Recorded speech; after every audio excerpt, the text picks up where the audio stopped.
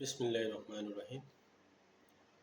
প্রথমে শুকরিয়া আদায় করতেছি সেই রবের, যিনি আমাকে আশরাফুল মাখলুকাতের শ্রেষ্ঠ করে মানুষ হিসাবে বিবেক বুদ্ধি দিয়ে যিনি আমাকে দুনিয়াতে পাঠিয়েছে,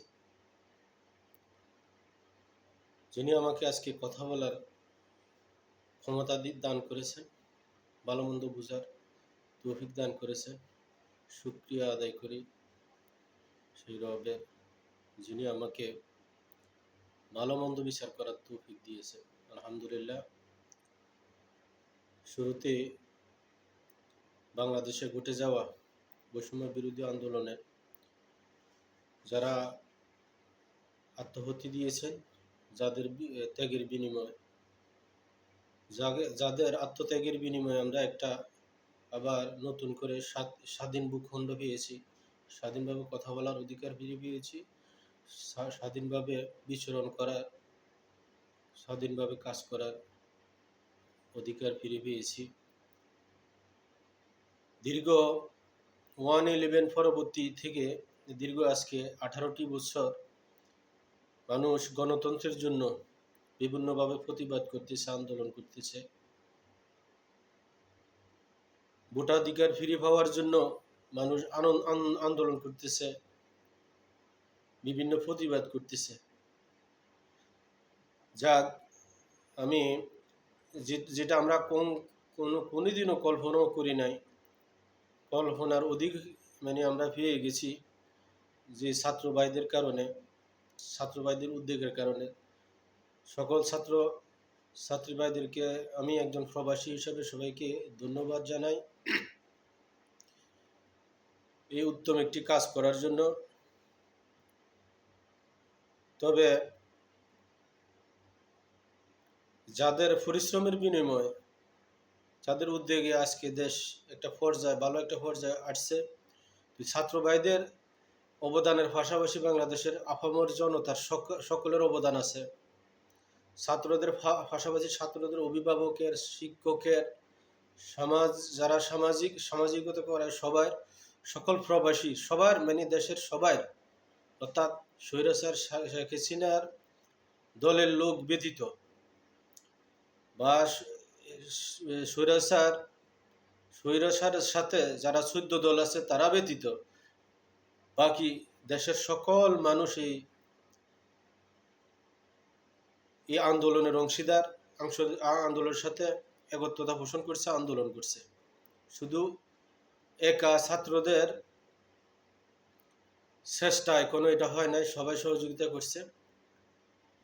এটা কেন হয়েছে, কেন করছে? আমরা বাংলাদেশে আমরা অধিকার ফিরে পাওয়ার জন্য, বৈষম্য দূর করার জন্য, কোনো ভেদাভেদ না থাকার জন্য,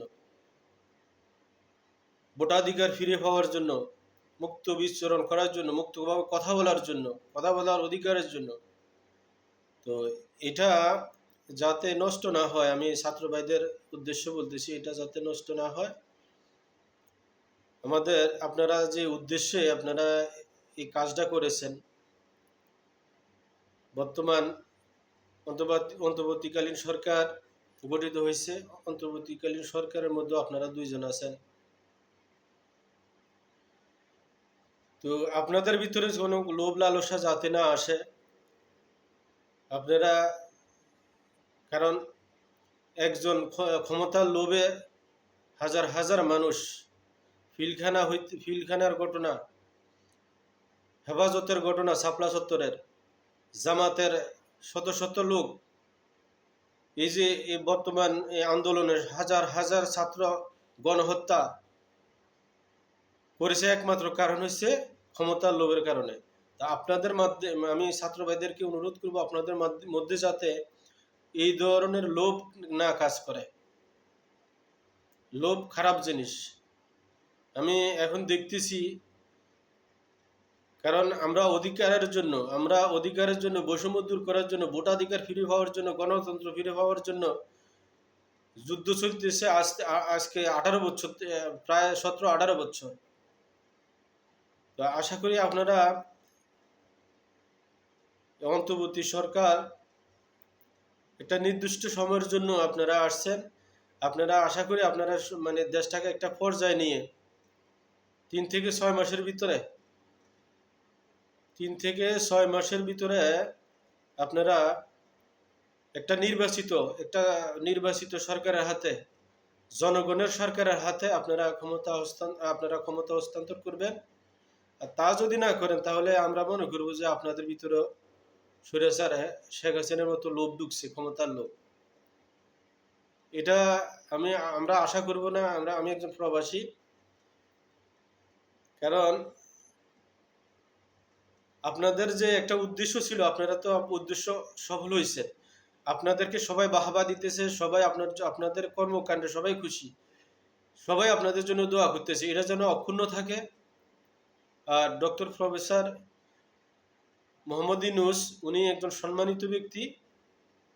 আমার যতটুকু বিশ্বাস ওনার ভিতরে লোভ লালসা নেই। তো ওনার সম্মানও যেন অক্ষুণ্ণ থাকে, বজায় থাকে। বাংলাদেশের জন্য আর কোনো আন্দোলন না আসে, কারণ আন্দোলন বাংলাদেশের অনেক ক্ষতি। এই যে আন্দোলন, হাজার হাজার কোটি টাকা ক্ষতি হয়েছে, আমাদের হাজার হাজার ছাত্র ভাই, আমাদের সন্তান চলে গেছে, এগুলো আর ফিরে পাবো না। এটা যাতে পুনরায় না হয়, আপনারা দেশটাকে সুন্দর একটা পর্যায়ে আপনারা আইন বিভাগ আলাদা করবেন, নির্বাচন কমিশন আলাদা করবেন, দুর্নীতি রোধে কাজ করবেন। পরবর্তীতে আপনারা সুন্দর একটা নির্বাচনী ব্যবস্থা, নির্বাচন করা যায় এমন একটা সুন্দর একটা অবস্থাতে নিয়ে আসবেন দেশটাকে। পরবর্তীতে আপনারা একটা সুন্দর নির্বাচন দিয়ে নির্বাচিত সরকারের হাতে আপনারা ক্ষমতা হস্তান্তর করবেন, এটা আমরা আশাবাদী। আমরা দেখতে চাই না আপনাদের ভিতরে কোনো লোভ, আপনারা দেখতে চাই না আপনাদের ভিতরে কোনো ক্ষমতার লোভ। এই ক্ষমতার লোভের কারণে আমরা আজকে হাজার হাজার মানুষ আমরা হারিয়ে ফেলেছি, তাদেরকে আর ফিরে পাবো না। 57 জন সেনা কর্মকর্তা হারিয়েছি, শাপলা চত্বরে হাজার হাজার আমাদের আলেম ভাইদেরকে হারিয়েছি, জামাতের নিরপরাধ বহুত লোক আমরা হারিয়েছি। বর্তমান আন্দোলনে হাজার হাজার মায়ের কোল খালি হয়েছে, আমরা এটা দেখতে চাই না। আমি একজন প্রবাসী হিসাবে এটা আমার আকুল আবেদন বর্তমান অন্তর্বর্তীকালীন সরকারের কাছে, আপনাদের ভিতরে যেন এই লোভ না দেখতে পাই। তো এখন কিছু কিছু দেখতেছি যে আমার ছাত্র ভাইয়েরা তারা মানে বাংলাদেশ বিনির্মাণ করবে, ঠিক আছে, তাদের ভিতরে অন্য কিছু কাজ করতেছে, মানে এটা উপলব্ধি করতে পারতেছি। তো এটা আপনারা আসবেন, দেশ চালাবেন সুন্দর, দেশ চালাবেন ভালো কথা, আর দল গঠন করবেন ভালো কথা। কিন্তু এই যে আপনাদের একটা ক্ষমতা বিশ্বাস করে মানুষ আপনাদেরকে বিশ্বাস করে দিয়েছে, এটা যাতে কলঙ্কিত না হয়, আপনারা যাতে কলঙ্কিত না হন, আপনারা সম্মানী ব্যক্তি, আপনাদের যে চাহিদাটা ভিতরে ছিল এটার ভিতরে যাতে লোভ না ঢোকে, এটা আমার অনুরোধ, অন্য কিছু না। আপনারা অবশ্যই এই জিনিসটা দেখবেন, কারণ আপনারা যারা এখন বর্তমানে অন্তর্বর্তীকালীন সরকারে আছেন, 17 জন লোক সবাই সম্মানিত। বিশেষ করে আমরা ছাত্র ভাইয়েরা তো নিষ্পাপ। পাশাপাশি ডক্টর মোহাম্মদ ইউনূস উনি একজন গ্লোবাল সম্মানিত ব্যক্তি, উনি সারা বিশ্বের মানুষ ওনাকে সম্মান করে। তো এগুলা দেখতে হবে, ওনার সম্মান, আপনাদের সম্মান, সবার সম্মান যেন রক্ষা হয়। বাংলাদেশের মানুষ যে জন্য আন্দোলন করেছে, ওই আন্দোলনটা যেন মানে যে আশা করছে ওইটার মধ্যে যেন সীমাবদ্ধ থাকে। আপনারা যাতে ক্ষমতার লোভ না করেন, এটা আমার অনুরোধ। ধন্যবাদ সবাইকে, সবাই ভালো থাকবেন। আসসালামু আলাইকুম রহমতুল্লাহি ওয়া বারাকাতুহু।